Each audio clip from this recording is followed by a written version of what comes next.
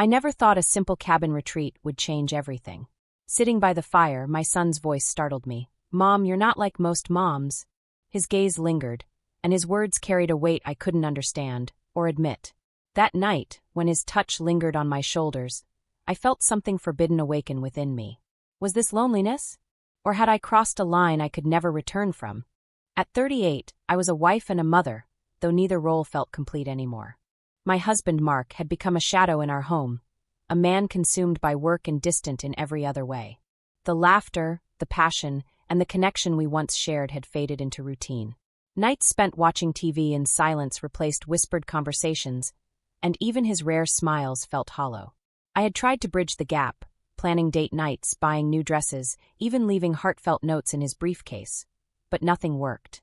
His attention remained elsewhere. Then there was my son, Ethan. At 17, he was no longer the bright-eyed boy who used to crawl into my bed after a nightmare. He was taller now, stronger, and carried an air of quiet independence. I'd noticed the shift over the past year, his voice deeper, his gaze more confident.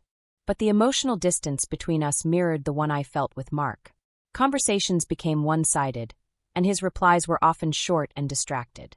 When Mark suggested Ethan and I spend a weekend at the family cabin while he stayed back for work, I reluctantly agreed.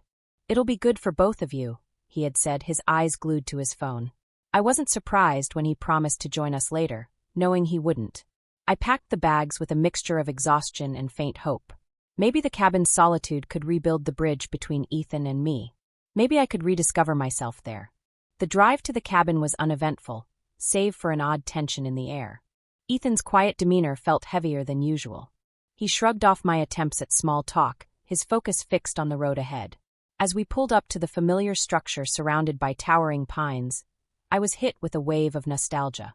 The cabin had once been a place of happiness, a refuge for Mark and me during our early years. Now it stood as a lonely reminder of what had been lost. Ethan began unloading the car with a quiet efficiency that struck me. He wasn't a child anymore. Watching him move, I felt a bittersweet ache.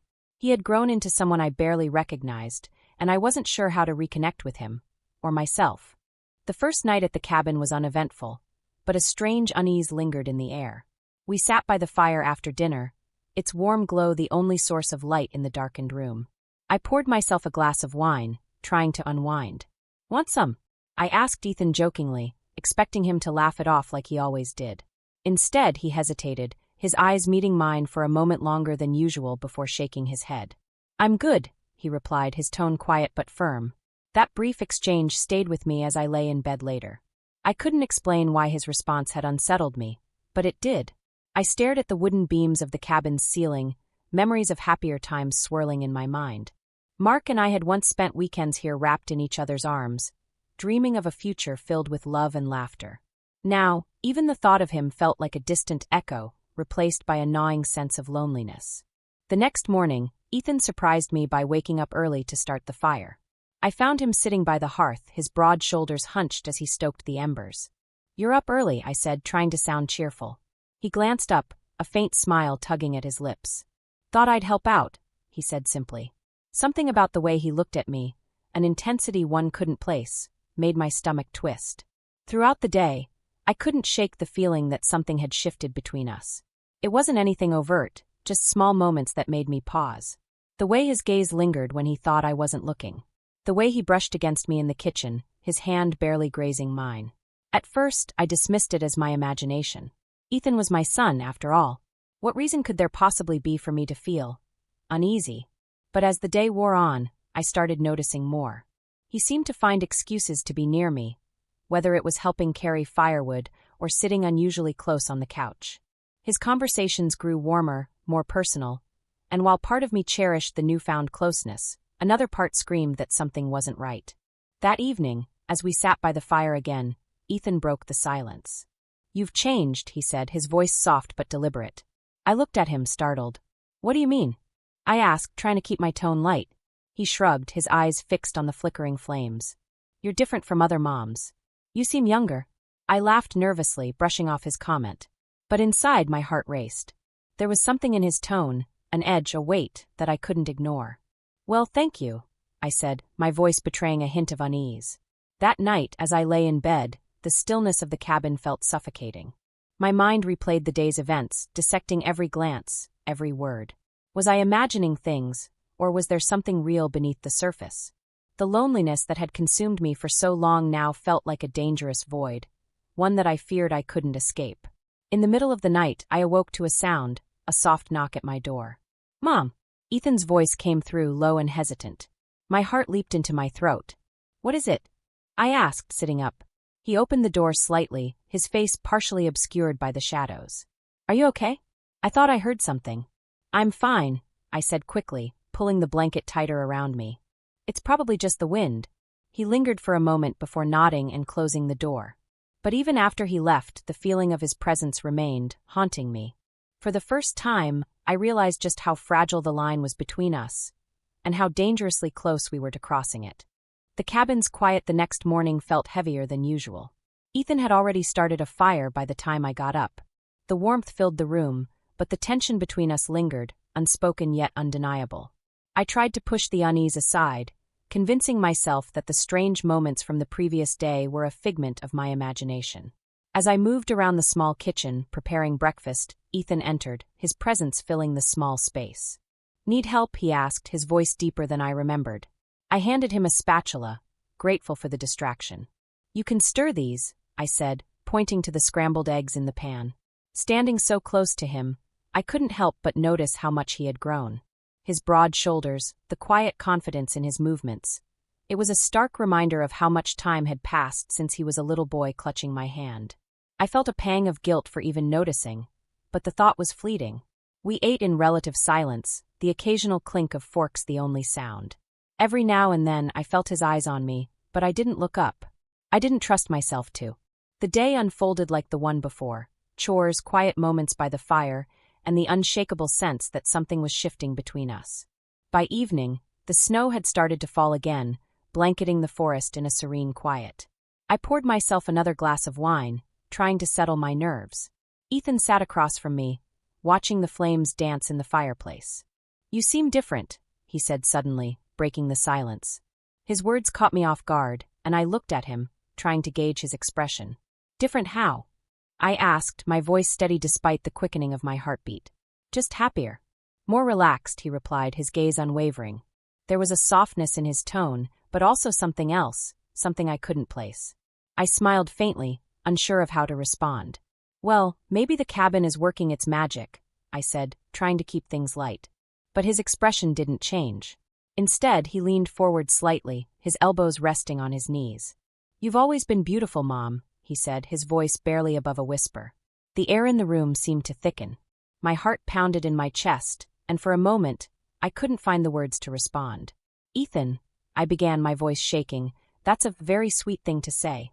"It's not just sweet," he interrupted, his gaze locking onto mine. "It's true." I stood abruptly, needing to break the moment. "I think it's time to call it a night," I said, forcing a smile. "We've had a long day." Ethan nodded, but his eyes lingered on me as I retreated to my room. Behind the closed door, I leaned against the wooden frame, my chest rising and falling as I tried to steady my breathing. What was happening? Was I imagining things, or had he crossed a line? Sleep didn't come easily that night. Every time I closed my eyes, I replayed his words, his tone, the look in his eyes. I told myself it was nothing, that I was overthinking. But deep down, I knew something had changed. The next day, the tension between us was palpable. We spent most of the morning in silence, avoiding each other's gaze. By afternoon, I decided to distract myself with chores. Carrying a heavy load of firewood inside, I winced as a sharp pain shot through my back. "Are you okay?" Ethan's voice came from behind me, startling me. I turned to see him standing in the doorway, concern etched on his face. "Here, let me help," he said, setting the wood down and guiding me to the couch. "It's just a muscle," I said, trying to wave him off. But he knelt beside me, his hands on my shoulders. "Let me help," he insisted, his voice gentle but firm. His touch was cautious at first, his fingers working out the knots in my shoulders. I closed my eyes, trying to focus on the relief rather than the strange intimacy of the moment. But as his hands moved lower, lingering slightly too long, I felt my breath catch. "Does that feel better?" he asked, his voice softer now, almost a whisper. "Yes," I replied, my voice barely audible. I should have stopped him, but I didn't. My mind raced with 1,000 thoughts, each one more confusing than the last. Was this loneliness? Desperation? Or something darker? His hands stilled for a moment before he pulled away, leaving me with a mixture of relief and longing I didn't want to acknowledge. "I think I'll go for a walk," I said abruptly, standing and moving toward the door. "Clear my head." The cold air outside was a welcome relief, but it couldn't erase the turmoil inside me. As I walked through the snow-covered woods, I couldn't help but wonder. Had I crossed a line?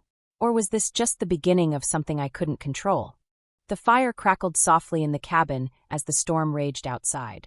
That night, the tension that had been brewing for days finally reached its breaking point. I had tried to keep my distance from Ethan, keeping conversations brief, and avoiding moments of solitude. But the cabin was small, and the isolation only amplified everything I was trying to suppress. It was after dinner when it happened.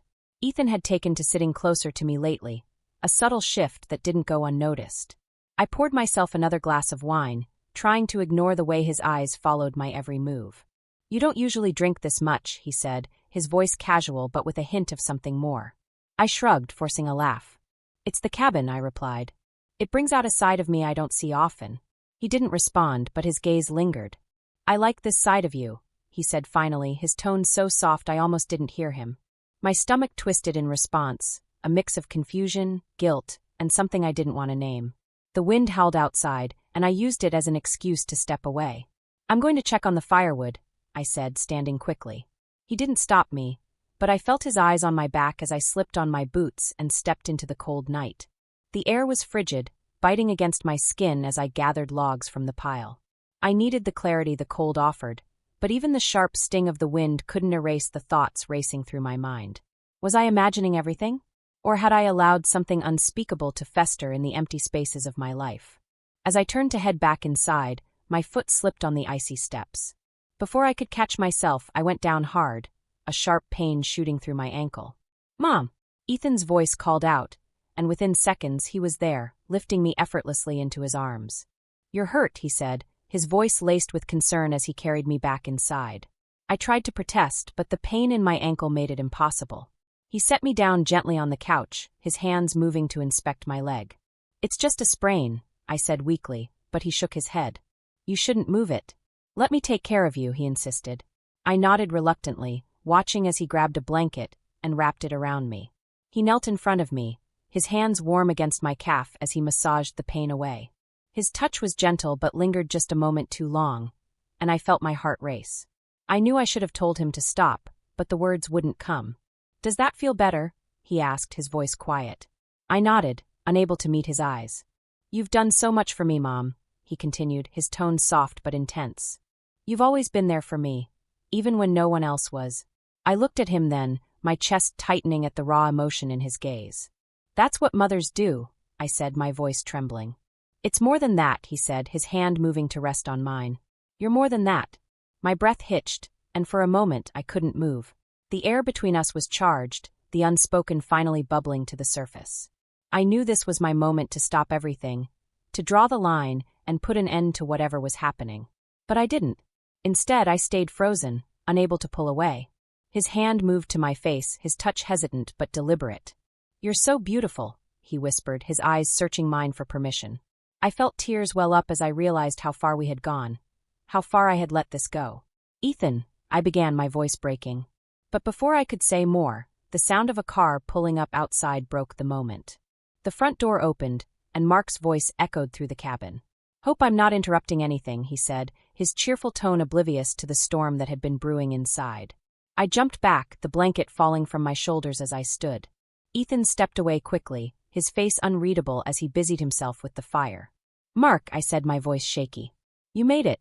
"Of course," he replied, smiling as he placed his bag down. "The storm delayed me, but I couldn't let you two have all the fun." The tension in the room was palpable, but Mark didn't seem to notice. He kissed me lightly on the cheek and turned to Ethan. "Thanks for looking after your mom while I was gone," he said, clapping him on the shoulder. "Yeah, no problem," Ethan muttered, his tone clipped. Mark didn't catch the edge in his voice, but I did. The rest of the evening passed in a blur. Mark filled the silence with stories about work and jokes that fell flat. Ethan barely spoke, retreating to his room early while Mark and I stayed up. As he talked, I forced myself to smile and nod, but my mind was elsewhere, replaying everything that had happened. Later, as Mark slept soundly beside me, I lay awake, staring at the dark ceiling. My thoughts were a tangled mess of guilt, fear, and confusion. What had I done? How had I let it get this far? Ethan's words echoed in my mind. "You're more than that." The line between us had been crossed, and there was no going back.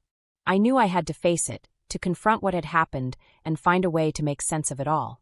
But in that moment, all I could feel was the weight of my choices pressing down on me, suffocating me. The morning after Mark's arrival was filled with a suffocating silence. The storm had cleared, leaving the cabin surrounded by a pristine blanket of snow, but inside, the air was heavy with unspoken tension. I avoided Ethan's gaze at breakfast, focusing instead on the mundane tasks of cooking and cleaning. Mark, ever oblivious, chattered on about work and plans for the upcoming holidays. Ethan barely said a word, his replies short and clipped, his usual calm demeanor replaced with a quiet intensity. As the day wore on, I felt the weight of everything pressing down on me. I couldn't escape the memories of the night before, nor the realization of how close I had come to crossing an unthinkable line. Ethan's words, his touch, his gaze, all of it replayed in my mind, a relentless loop of guilt and confusion. What had I done? How had I let it get this far? Mark decided to go for a walk that afternoon, leaving Ethan and me alone in the cabin. The moment the door closed behind him, the tension in the room became unbearable. I busied myself with cleaning, hoping to avoid any conversation, but Ethan's voice broke the silence. "Are we just going to pretend nothing happened?" he asked, his tone calm but laced with an edge that made my chest tighten. I turned to face him, my hands trembling.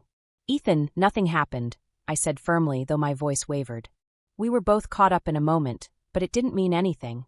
His expression darkened, and he took a step closer. "Don't lie to me, Mom. I know you felt it too." My heart pounded as I struggled to find the right words. "You're my son," I said, my voice barely above a whisper. "Whatever you think happened, it was wrong. It can't happen again." He looked at me for a long moment, his jaw tight. "It's not just me," he said finally. "You've been lonely for years. Dad doesn't see you anymore, doesn't appreciate you." "I do." "Stop," I said, my voice breaking. "You don't understand what you're saying." "I understand more than you think," he replied, his voice rising slightly. "I've seen the way he treats you, like you're invisible. You deserve more than that." Tears welled up in my eyes as I shook my head. "This isn't about what I deserve. It's about what's right. And this isn't right." The sound of the front door opening cut through the conversation, and we both froze.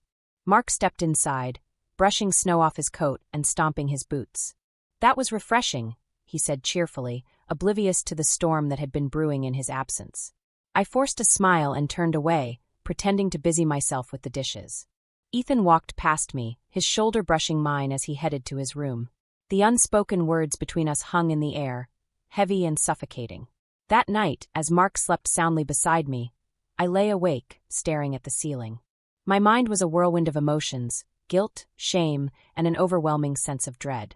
I had always prided myself on being a good wife, a good mother, but now I felt like a stranger to myself. What kind of person allows their own loneliness to lead them down such a dangerous path? I thought about leaving the cabin early, about packing our things and escaping this nightmare. But how could I explain that to Mark? How could I even begin to explain what had happened, or nearly happened, between Ethan and me? The next morning, the tension between Ethan and me was palpable, but Mark didn't seem to notice. He was busy packing the car and chatting about the drive home. I avoided Ethan's gaze, keeping my distance as much as possible. When it was time to leave, I climbed into the passenger seat, grateful for the distraction of the drive. Ethan sat silently in the back seat, his headphones in and his gaze fixed out the window. Mark filled the silence with light conversation, but I barely heard him. My thoughts were consumed with the events of the weekend and the damage they had caused. I had crossed a line, even if nothing physical had happened, and I didn't know how to fix it. Back home, life returned to its usual rhythm, but the weight of the cabin lingered. Ethan avoided me whenever possible, retreating to his room or spending time out with friends. Mark remained oblivious, caught up in his work and daily routines. But for me, every interaction, every glance was a painful reminder of what had happened. Late one night, Ethan approached me in the kitchen. "Are we ever going to talk about it?" he asked, his voice low but steady. "There's nothing to talk about," I said firmly, though my hands trembled as I gripped the counter. "We made a mistake, Ethan. But it's over." He stared at me for a long moment before nodding. "If that's what you want," he said, his tone filled with quiet resignation. "It's not about what I want," I replied. "It's about what's right." As he walked away, I felt a mixture of relief and sadness. The line had been drawn, but the damage had already been done. Our relationship would never be the same, and I didn't know if it could ever be repaired. The weeks that followed our return from the cabin were marked by a strained silence that hung over the house like a storm cloud. Ethan and I tiptoed around each other, our interactions limited to polite, surface-level exchanges. Mark, as always, remained oblivious, caught up in his work and unaware of the tension simmering beneath the surface. I threw myself into the routines of daily life, desperate to find some semblance of normalcy. I volunteered for extra projects at work, spent more time with friends, and tried to focus on rebuilding the connection with Mark that had eroded over the years. But every moment of solitude brought the memories rushing back. The stolen glances, the lingering touches, and the dangerous emotions that had been awakened. Late one evening, after Mark had gone to bed, Ethan came into the living room where I sat, lost in thought. His presence startled me, and I looked up to see him standing hesitantly in the doorway. "I'm sorry," he said quietly, his voice breaking the silence that had grown between us. "For everything." His words caught me off guard, and for a moment I didn't know how to respond. Finally I nodded, my throat tightening. "I'm sorry too," I said, my voice barely above a whisper. He took a seat across from me, his gaze fixed on the floor. "I don't know what came over me," he admitted. "It's like I didn't recognize myself." "You're not the only one," I replied, the weight of my own guilt pressing down on me. "We both let something happen that never should have. But it's over now. It has to be." He nodded, and for the first time, I saw the vulnerability in his eyes. "I don't want this to ruin everything," he said. "You're my mom. I don't want to lose that." Tears welled up as I listened to his words. "You haven't lost me," I said firmly. "But we need to move forward. We need to let this go." Over time, the cracks in our relationship began to heal. It wasn't easy, and there were moments when the weight of what had happened threatened to pull us back into the darkness. But we worked at it, slowly, deliberately. Ethan distanced himself, focusing on school and his friends, while I made a conscious effort to reconnect with Mark. Mark, for his part, began to notice the changes in me. He started coming home earlier, making an effort to engage in conversations, and even suggesting we go out on dates again. It wasn't perfect, but it was a start. For the first time in years, I felt a glimmer of hope that we might find our way back to each other. But the memories of that weekend never completely faded. They became a part of me, a constant reminder of how far loneliness and desperation could push someone. I spent hours reflecting on the choices I had made and the consequences they carried. I realized that the lines I had crossed were not just about Ethan. They were about myself. I had allowed my loneliness to consume me, to blind me to what was right and what was wrong. Months later, as I stood in the kitchen preparing dinner, Ethan came in, his usual confident demeanor restored. He leaned against the counter, watching me for a moment before speaking. "I've been thinking," he said, his tone serious, "about what happened." I froze, my hands trembling slightly. "Ethan, I thought we agreed to let it go," I said carefully. "I know," he replied, "but I wanted to say, I understand now. Why you were so lonely. Why things got so complicated." His words were like a knife to my chest, but I forced myself to meet his gaze. "Ethan, you're young. You don't need to carry this with you. It's my responsibility, not yours." He shook his head.